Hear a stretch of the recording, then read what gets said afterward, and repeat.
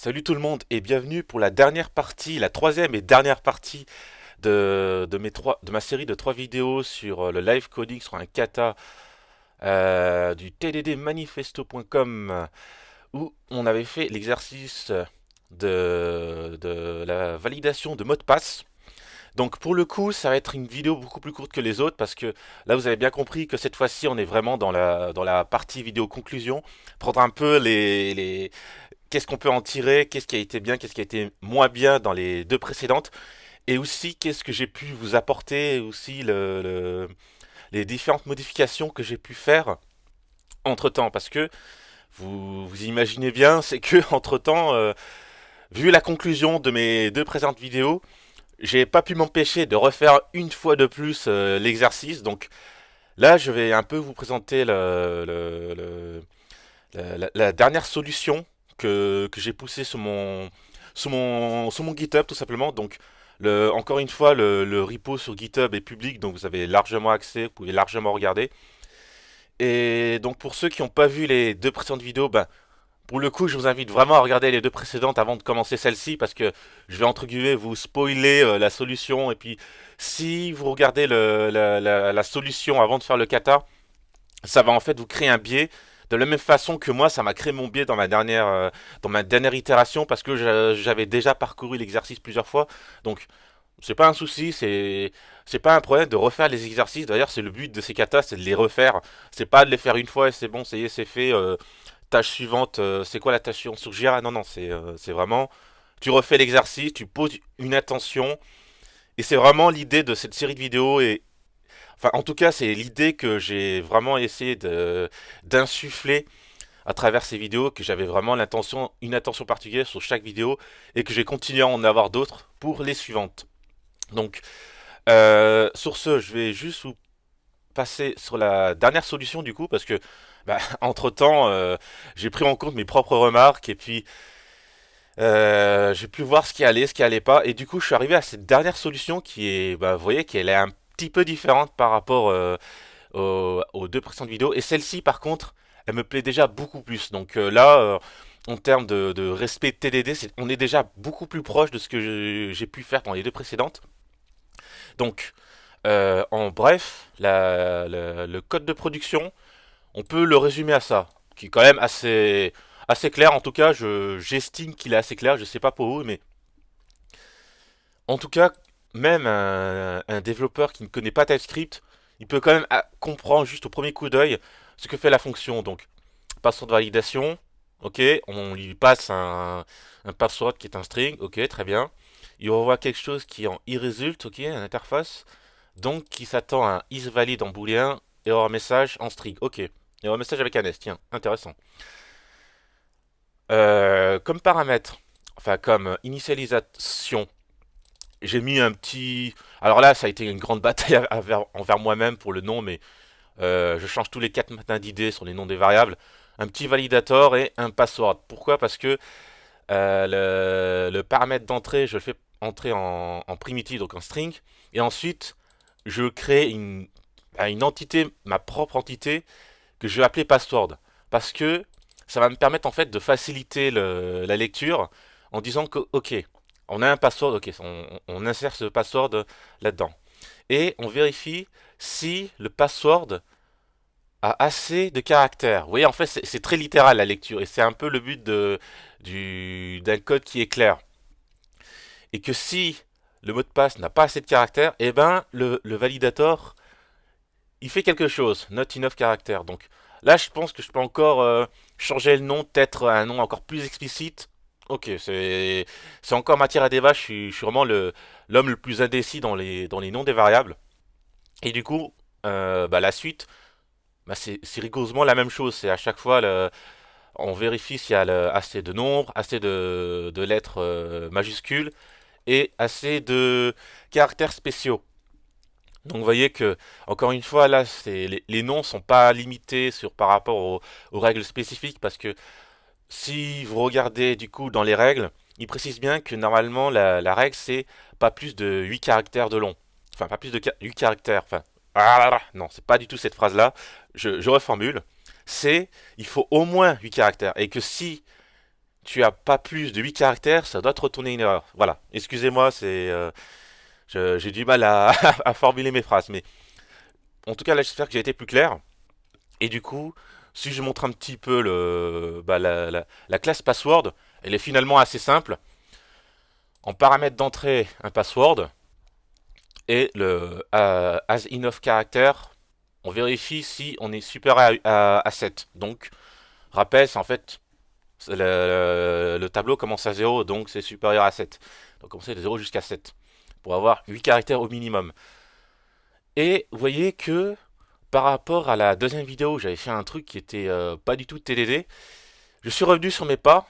L'idée de la première vidéo où je m'étais un peu interrompu parce que je sentais que j'étais pressé par le temps et que je me disais, bon ok, là la vidéo elle va durer plus de 40 minutes, faut vraiment que je m'arrête là. J'avais commencé une regex et puis au bout d'un moment je sentais pas, je sentais que ça allait durer trop longtemps. Et je suis revenu sur cette idée en fait. Et du coup, cette idée de regex, c'est venu en fait par rapport à un retour que j'ai eu sur la première vidéo. Et que du coup, bah, je remercie énormément Jonathan de m'avoir montré à travers une vidéo comment est-ce que tu fais du TDD avec des regex tout simplement. Et du coup, ben, j'ai pu réitérer et faire à peu près la même chose que lui il avait fait dans sa vidéo qui est un peu plus longue.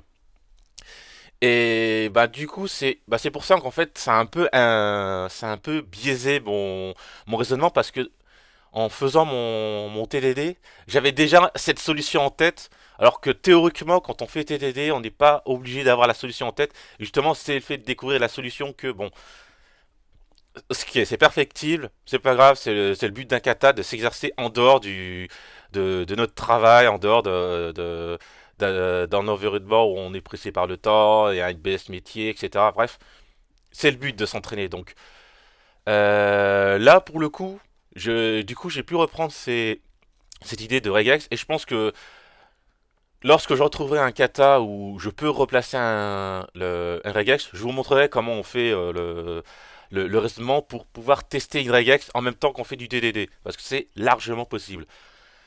Du coup, rien de plus à dire. Je pense que c'est assez parlant. Ça pour le coup, j'aime bien. Il y a certainement d'autres façons de faire. Et c'est ça en fait le but de ces vidéos, c'est que si vous faites le même kata, à tous les coups, c'est obligé, vous allez avoir une solution différente de la mienne. C'est juste que ben moi c'est ma façon de faire, c'est la façon dont j'ai pensé de le faire, et donc ben je suis naturellement arrivé à cette solution. Si vous le faites, votre solution va être légèrement différente, c'est obligatoire. La classe qui est au-dessus, ouais la classe validateur, bon vous voyez qu'il y a juste deux classes et c'est finalement un code assez minimaliste, et bah c'est le but en fait de TDD, c'est d'être le plus minimaliste possible. Donc bah tout simplement les messages d'erreur dans notre 9 caractères. Donc là c'est rigoureusement le texte qui était demandé. Donc vous voyez que là que au bout d'un moment j'étais en train de dire est-ce que je peux challenger les énoncés parce que là ça commence par password must be, the password must contain, password avec un P minuscule must contain. Bon ok, ça c'est plus un problème d'énoncé, de typo. Bon, ça c'est, j'ai admis que c'était en dehors du cadre de l'exercice, mais bon, vous voyez qu'en fait, si si on reprend, bah, j'ai repris exactement ce qu'ils ont dit, donc c'est pour ça que j'étais en train de dire ah, pourquoi ils ont fait the alors que là c'est P minuscule. Ok. Ah tiens, peut-être une erreur. Ah non non, c'est là ici le P minuscule, et là il y a the. Ok. Bon, on va dire que c'était pas dans le cadre du kata, donc c'est pas le plus important. Le plus important, c'était vraiment de faire l'exercice, de s'entraîner. Donc, plutôt content du résultat. En tout cas, le code de prod me paraît plutôt clair. Il y a d'autres façons de faire, très certainement. Donc, à vous de me dire, à vous de le faire, d'exercer de votre côté. Donc, côté code de test, bah, finalement, vous voyez que je suis allé tester la méthode que j'avais dit. Alors, je crois qu'à la précédente vidéo, j'avais dit hit only, en fait, c'était hit each qu'il fallait entendre. Donc, voilà. Ça arrive quand on parle, on pense à quelque chose et on dit autre chose. Mais c'était clairement cette attention-là de faire un hit each. Donc, pour moi, c'est test each. Mais encore une fois, le mot-clé test, c'est juste un alias vers hit et inversement. Donc, enfin, je sais plus dans quel sens, mais sur geste, c'est l'un est un alias vers l'autre. Donc, c'est exactement la même chose. Du coup, le hitch, bah en fait, c'est ni plus ni moins qu'un hit qui reprend exactement la même chose, la même structure, donc ça m'évite les copier-coller que vous m'avez vu faire lors de la vidéo 2 et qui du coup, ben, ça alourdissait la maintenance des tests et ben, du coup, c'était un problème. Donc du coup, quand j'ai refait l'exercice, ben, j'avais posé cette attention, ok, j'écris les tests autrement parce que c'est hyper important de soigner le test autant que soigner le code de production. Les deux sont importants. Donc, j'ai vraiment posé cette attention. Bon, c'est assez parlant. À chaque fois, on pose un objet en fait, et cet objet en fait, ça c'est un test, ça c'est un deuxième test, un troisième, etc., etc. Donc, j'ai commencé par un password, et du coup là, je suis revenu sur l'idée que j'avais énoncée sur mes deux précédentes vidéos, me disant, est-ce que je considère déjà tout l'énoncé avant de commencer le- la première question? Ou pas. Et là, en me faisant l'exercice, en prenant le recul de la deuxième vidéo, en me voyant un peu galérer, je me suis dit, bon, effectivement, il faut considérer que ça, c'est entre guillemets les 5 points, c'est un ticket Jira, c'est l'instant T, et que si effectivement le client change d'avis, bah, ce sera un autre énoncé et on avisera à ce moment-là. Mais du coup, ça m'a obligé en fait dès le début de dire, ok, faut que je prenne en compte dès le début des chiffres, des caractères majuscules, des caractères spéciaux pour l'énoncer assez de caractères, assez de lettres. Donc c'est pour ça que dès le début j'ai commencé à faire des tests qui, qui sont en fait qui passent tout le temps en fait. Et du coup ça diminue la maintenance à chaque fois qu'on avance. Et du coup, en fait, c'est peut-être plus clair. Et je pense que ça aurait amélioré la lisibilité et peut-être amélioré le suivi de votre côté parce que effectivement, bah, vous voyez, c'est le but de ces vidéos, c'est que du coup, pour le coup, les vidéos ils sont pas du tout préparés, mais genre rien de rien. On critique souvent les vidéos sur internet en mode ouais c'est ça, c'est du live coding, mais c'est du live coding préparé, etc. Ça a été répété. Bon là vous avez la preuve par A plus B que mes vidéos ils sont absolument pas préparées. Je verrai à l'avenir si je les prépare ou pas et de risquer à la critique du ah mais tes vidéos sont préparées. Je verrai, je prendrai les critiques au fur et à mesure. Je pense que je testerai les deux, à la fois le live coding, je découvre totalement, et à la fois le live coding, j'ai préparé en amont. Donc, bref, là, on voit déjà un peu plus, du coup, un autre point qui a été important, c'est que dans mes jeux de test, et ben, sur mes précédentes vidéos, mes tests, ils n'étaient pas assez complets. Et ça, c'était un énorme souci. C'était que j'étais trop focalisé sur ok, un énoncé, un test. Et ça, c'est faux. C'est faux, c'est archi faux. C'est-à-dire que si tu fais juste cet énoncé-là, tu peux pas te contenter de un test ou un jeu de test. Ça, c'était une erreur, un non-sens complet de ma part. L'idée, c'est qu'il faut en faire plusieurs pour valider en fait le test et aussi pour pouvoir faire émerger le code. Donc, dans les grandes lignes, et pour pas non plus que la vidéo dure trop longtemps, je vais essayer de résumer ça. Le premier test, c'est évidemment de faire un test le plus simple possible, qui du coup, qui est l'idée de TDD, c'est pas que tu découpes le problème, c'est que tu simplifies. Les mots sont importants, les termes sont importants. Là, je l'ai simplifié. J'ai pris, ok, j'ai considéré qu'il y avait tout ça, ok, j'ai pris les lettres spéciales, majuscules, les chiffres, etc. Ok. Le cas le plus simple, le, on n'a pas assez de caractères. Donc, cette lettre, le mot de passe est valide. C'est vraiment un cas hyper simple. Et à partir de celui-là, j'ai commencé à rajouter au fur et à mesure un truc. Donc là, j'ai commencé à rajouter un 8. Ça m'a permis de rajouter une condition et à rajouter un petit élément sur le code. Ok. Sauf que il me fallait obligatoirement un troisième test parce que j'avais ça en dur.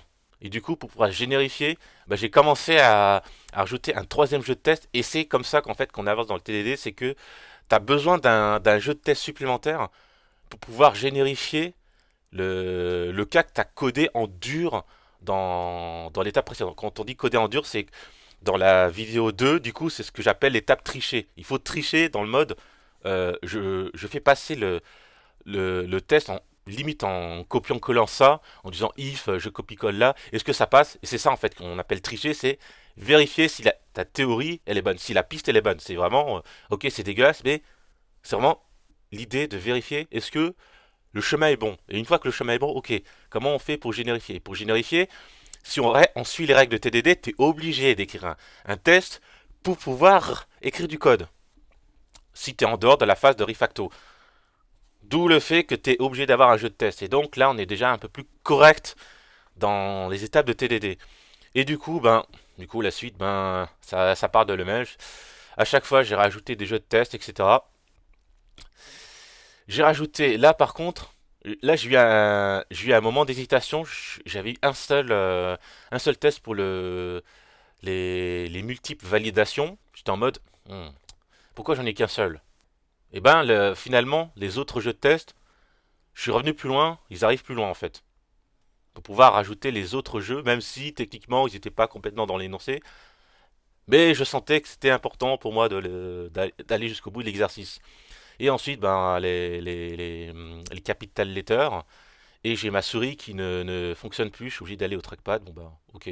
Euh, il a fallu que ma souris tombe exactement en rade à ce moment-là. Ok, bon bah, on va y aller au trackpad, tant pis.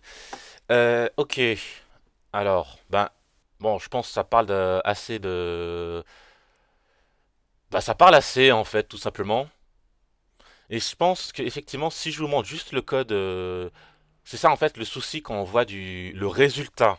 Et c'est et c'est ça en fait le problème quand on fait des katas et qu'ensuite on va voir sur internet, vous avez les solutions, qu'est-ce que vous avez fait et qu'on voit directement ça.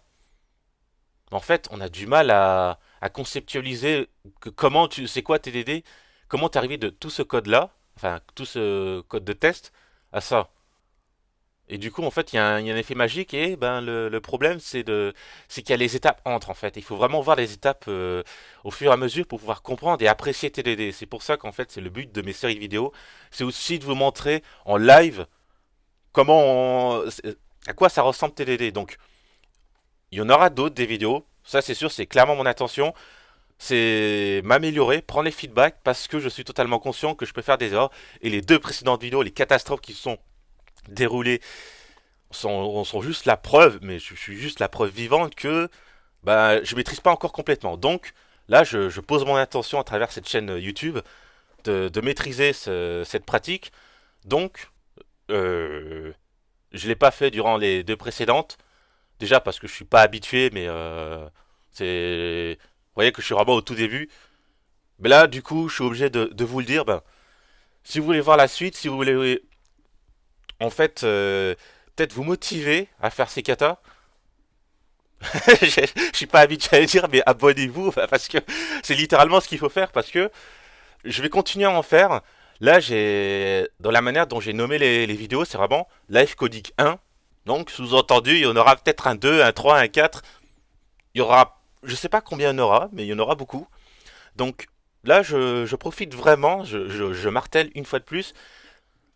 L'intention de ces vidéos, c'est, de m'améliorer moi, de m'améliorer à la pratique, de m'exercer à ces pratiques, et deux, de le faire dans un cadre différent du travail. Parce que dans le cadre du travail, faire du TDD, quand tu découvres la pratique, tu fais yes, super, c'est génial.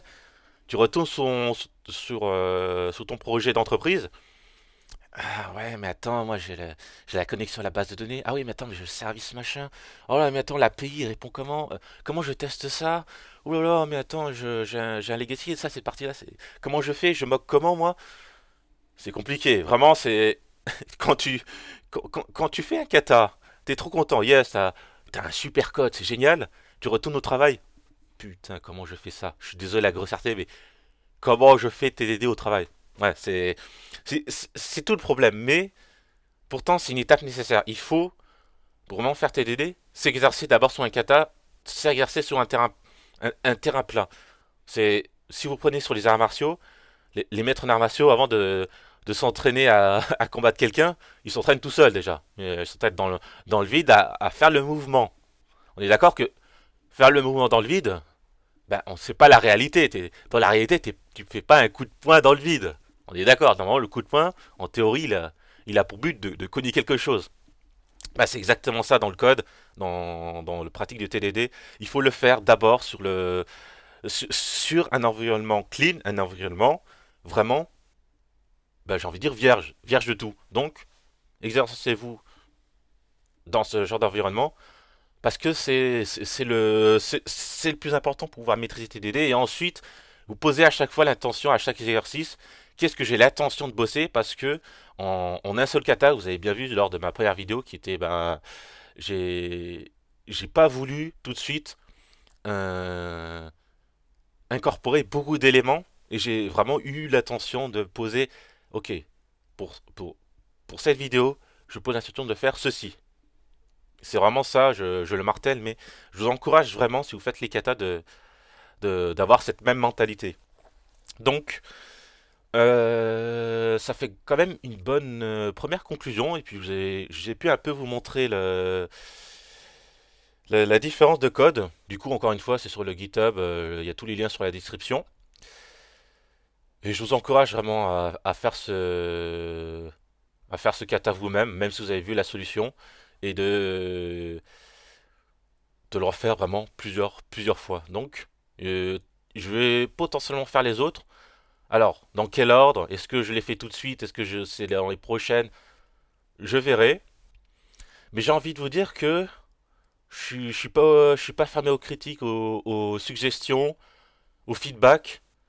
Si vous avez une idée, si vous avez un problème que vous avez envie que je résous, bah c'est le moment parce que un mec qui a 5 abonnés, d'ailleurs je vous remercie parce que je pars de 0 à 5 en une semaine, pour moi c'est vraiment pas mal parce que moi je pensais qu'il y aurait genre zéro pecno qui s'abonnerait, hein. J'ai même pas dit une seule fois abonnez-vous, donc je suis vraiment étonné et j'apprécie vraiment le geste. J'ai envie de vous dire, c'est le moment de profiter que j'ai tellement peu d'abonnés que c'est le tout début de faire des suggestions parce que là, clairement, vous pouvez orienter un peu la chaîne. J'ai envie de dire, c'est le moment. Donc, comme autre, euh, comme autre élément que j'ai envie de vous donner, et aussi un peu de me donner à moi, c'est ce site parce que TDD Manifesto a été écrit pour une bonne raison. Donc, je vous laisserai vraiment explorer ce site, mais je me rends compte, et c'est justement la chose que j'ai faite juste après la deuxième vidéo, je l'ai relu, encore une fois. C'est l'apprentissage, c'est comme la peinture, enfin, faut en mettre plusieurs couches. Et là, vraiment, je me suis rendu compte, en me posant tranquillement, en me disant, ok, la première et la deuxième vidéo, il y avait deux éléments que ce site raconte et que j'ai pas du tout appliqué, que je savais pourtant. Je le sais et pourtant je l'applique pas. C'est baby step instead of les changements, on va dire larges. Je sais pas comment traduire ça en français. Vraiment, c'est marrant quand même parce que là, à la limite, si vous connaissez le manifeste agile, il utilise le terme truc muche plus que. Donc plus que sous-entend que les deux sont importants, mais celui de gauche est plus important que celui de droite. C'est marrant parce que pour le TDD manifeste, les mecs, ils ont choisi le terme instead, donc vraiment plutôt que. Donc là, c'est vraiment tu vas regarder que à gauche, tu oublies ce qu'il y a à droite. Donc vraiment la partie droite, tu l'oublies, ça n'existe pas.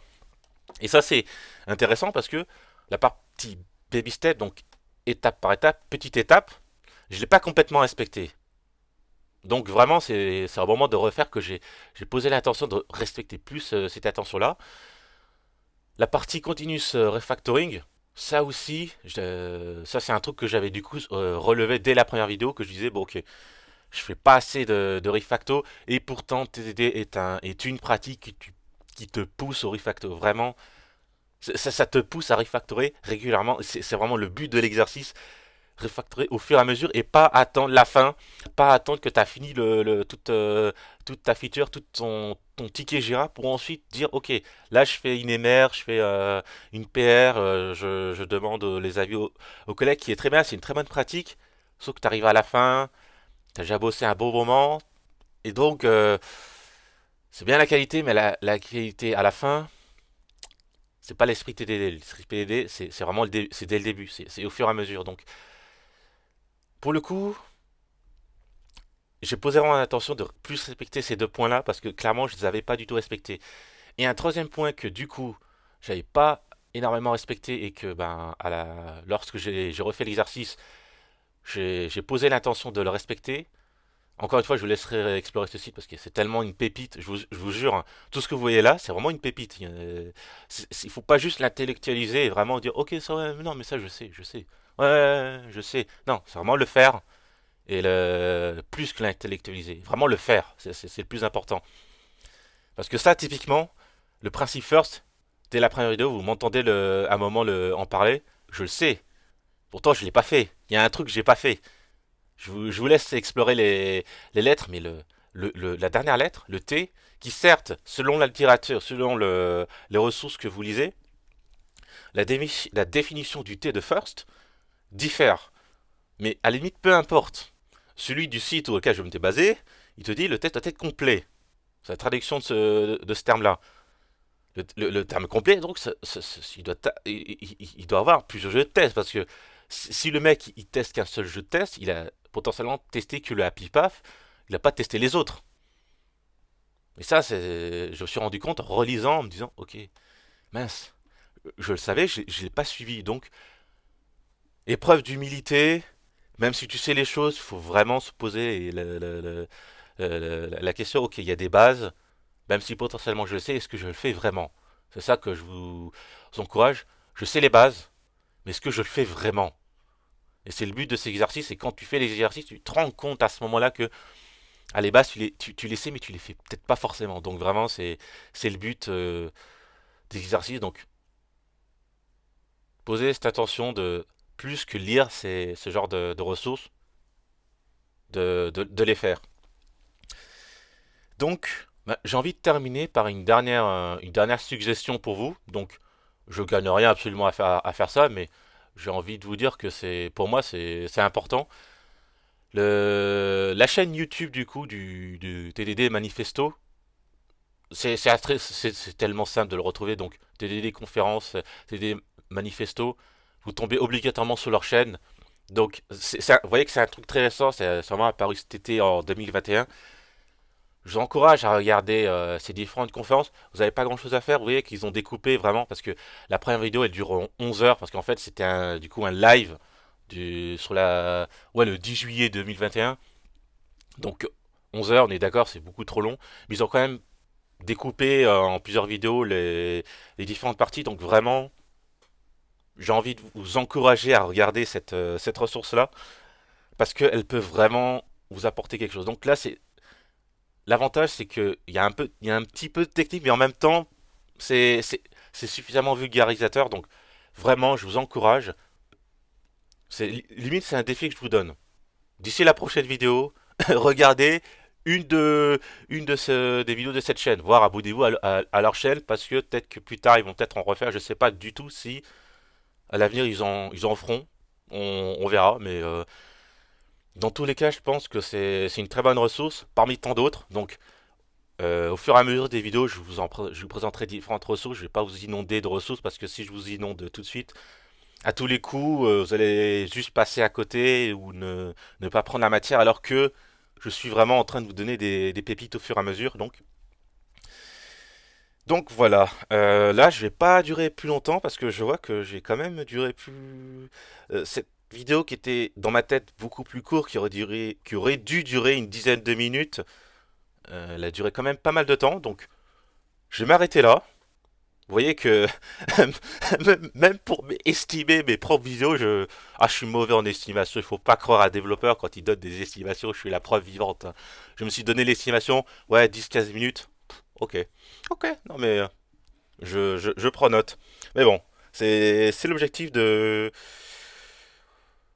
s'améliorer, de prendre les feedbacks. Encore une fois, là, je vous encourage, je me répète, mais vraiment, euh, mettez vraiment en commentaire. Là, vous voyez que j'ai vraiment très peu de très peu d'interactions, mais justement c'est le moment en fait. Pendant que j'en ai encore peu, il y en aura beaucoup d'autres vidéos à l'avenir. Donc c'est le moment de me faire part de vos suggestions, de qu'est-ce qui vous bloque dans TDD, qu'est-ce que vous comprenez moins bien, qu'est-ce que vous pensez que je peux vous apporter, comment je peux vous aider. plus que juste voir la vidéo. C'est vraiment, si vous faites que regarder la vidéo, ça ne suffira pas. Quel que soit votre niveau, hein, c'est vraiment faites un feedback. Si vous êtes plus avancé que moi, bah, c'est peut-être le moment de me corriger parce que si vous voyez dévier, bah, c'est clairement le moment de me dire, ok, mec, là tu fais faux, c'est plutôt par là qu'il faut que tu ailles. Ok, et là, je prends les critiques, vraiment, j'insiste, je prends les critiques.